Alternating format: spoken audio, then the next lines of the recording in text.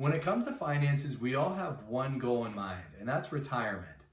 Whether it's retiring young or after a long career, the goal is to have some kind of financial security so that you're not forced to work in order to sustain your standard of living. So what I want to share with you today is how to retire younger. Many people would associate retirement with working maybe 40 years in a career at a certain position, saving up in your retirement accounts, and hopefully one day being able to live off of those assets way down the road and whatever's left of Social Security.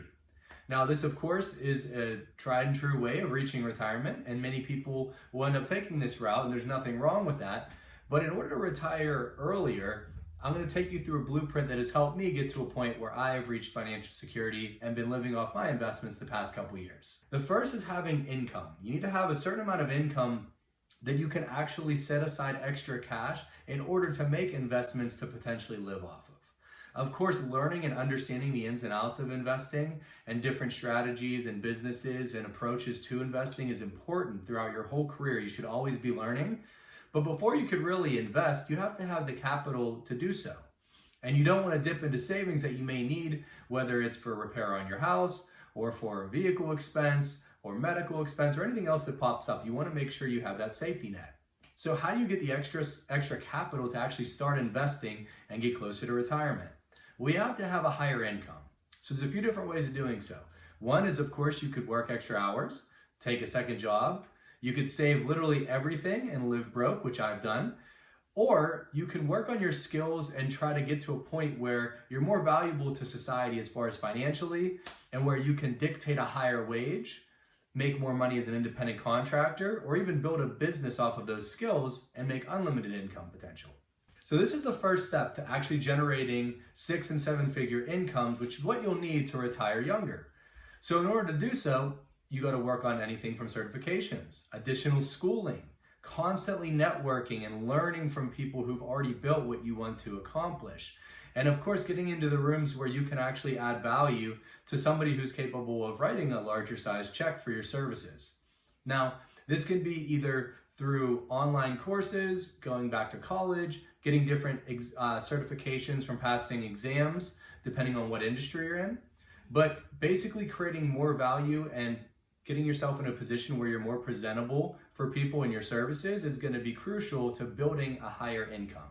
So let's say you've done that. Let's say you have either a great job, a great consulting gig, you're a 1099 contractor, you're running your own business, and you're making a ton of income. Well, now you have to continue living as if you didn't have that extra income. That's the hard part.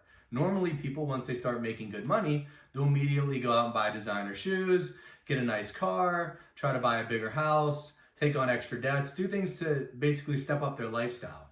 But in order to get to that financial security, you got to continue to live kind of below your means and put all that extra income and all that money into different investments and businesses. Now, over time, it's important to diversify into different assets. So you want to look at different strategies within real estate or financing or investing in businesses, whether they're public or private. But it's important to allocate as much extra capital as you possibly can, find that investment that really is the best fit for you based off your skills and your experience, and double down on that. And over time, you'll look back and you'll say, okay, now you have income generating from one investment. You have growth and appreciation from another. You have a tax break from an investment over here. You have guarantees in another investment. And as you build up this portfolio by constantly siphoning your extra income into all those, you'll be able to look back one day and say, hey, my bills are now covered from the income in this. My growth is outpacing inflation from one of these investments.